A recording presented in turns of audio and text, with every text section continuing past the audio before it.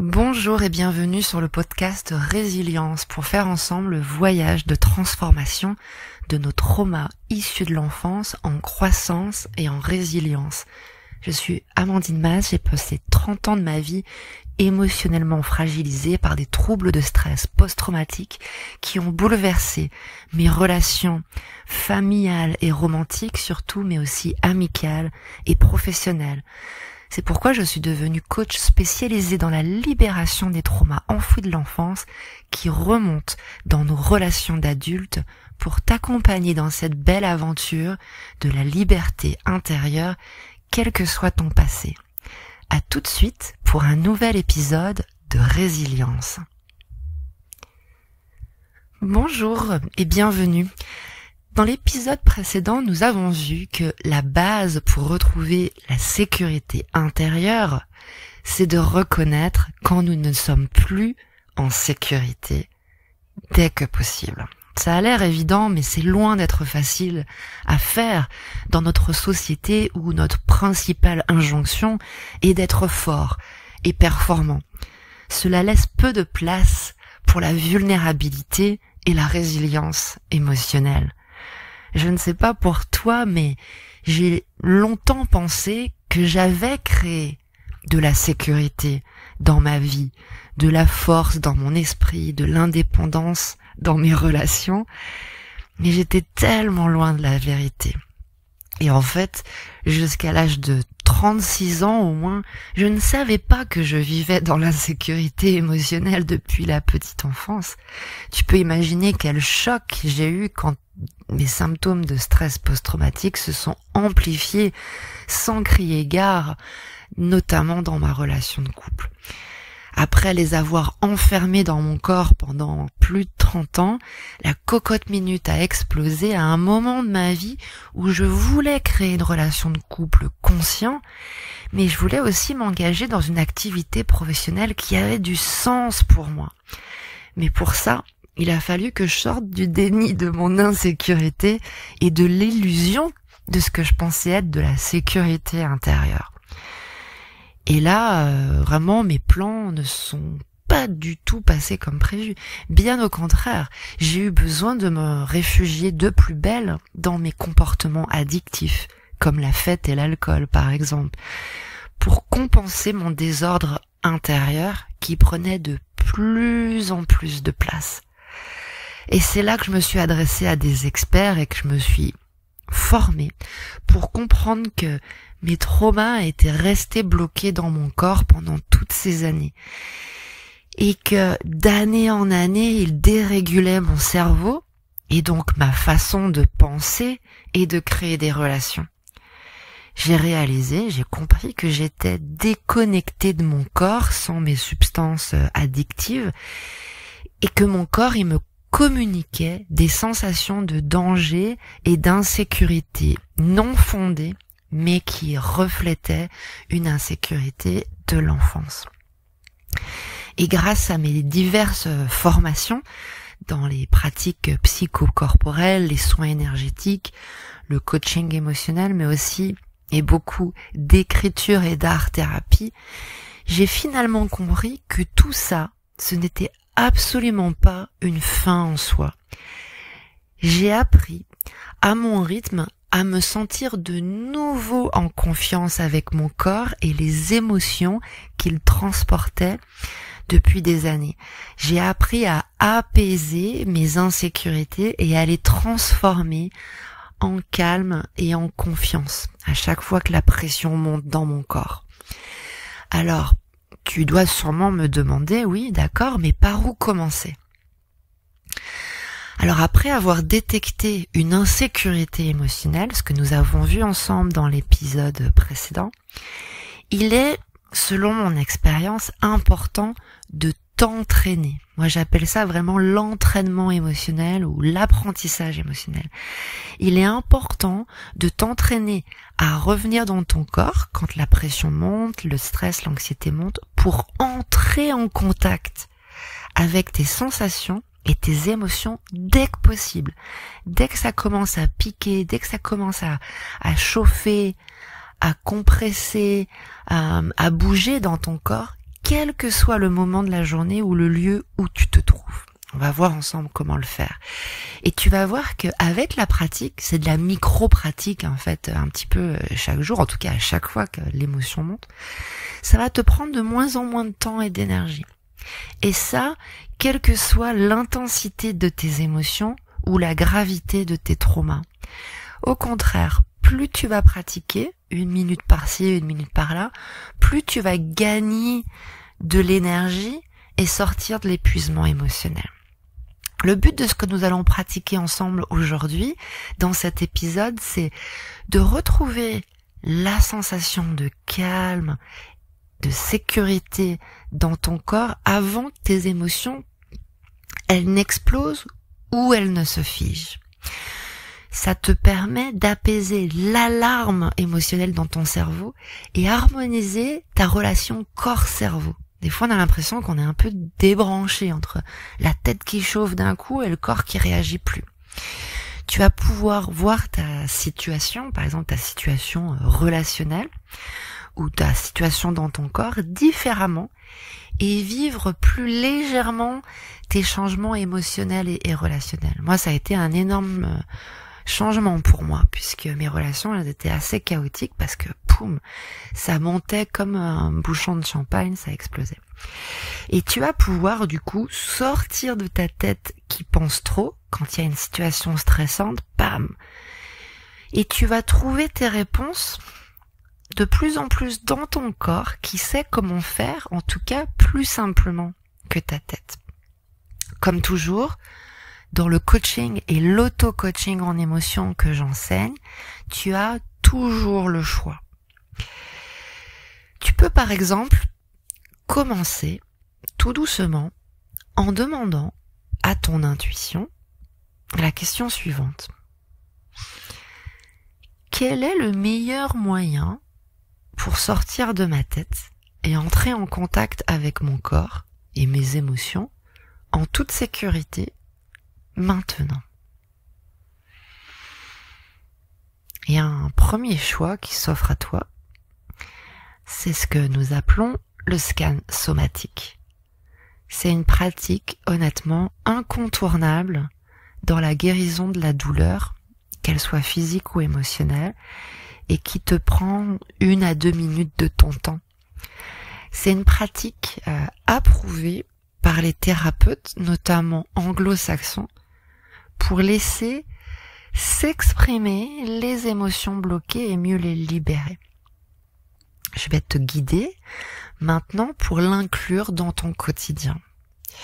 À chaque fois qu'une émotion fait irruption de manière envahissante, quand quelqu'un te dit quelque chose qui te perturbe ou que tu reçois un message que tu n'attendais pas par exemple, alors tu peux commencer tout simplement à t'installer dans un lieu que tu aimes.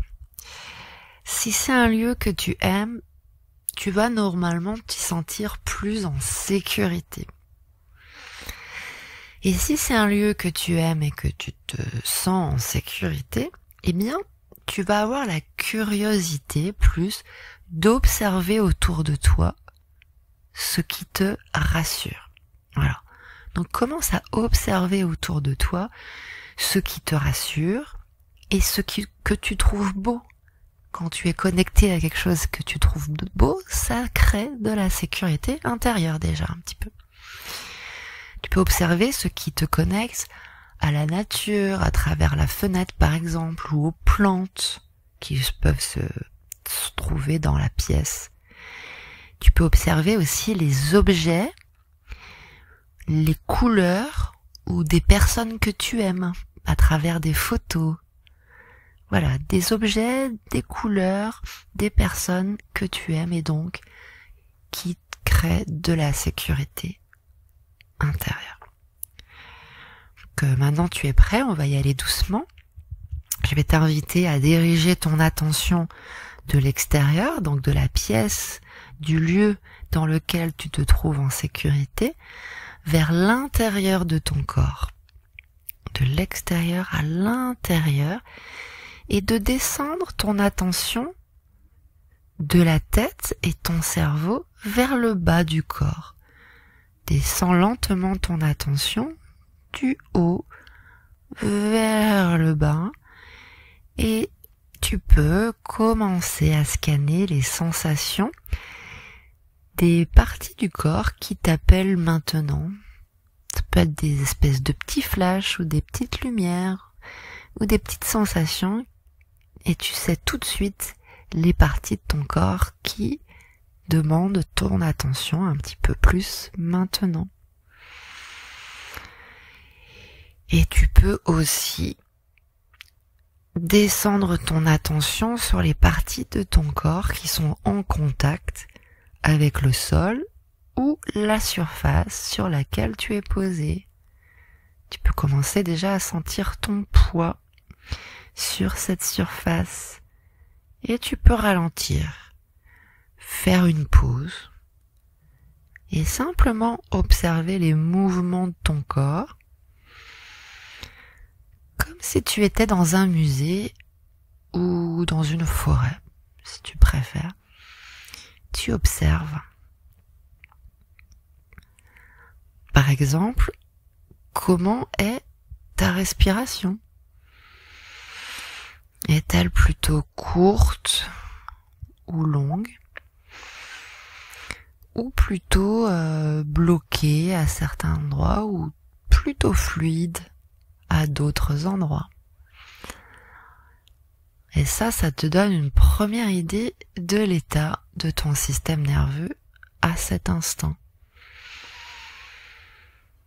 Et tu laisses faire ta respiration et ton système nerveux qui savent ce qu'ils ont à faire. Ils savent que tu es dans un endroit en sécurité et qu'il y a des zones de ton corps qui sont plus en sécurité que d'autres. Tu peux aussi faire confiance en tes muscles. Tu peux les laisser faire et observer.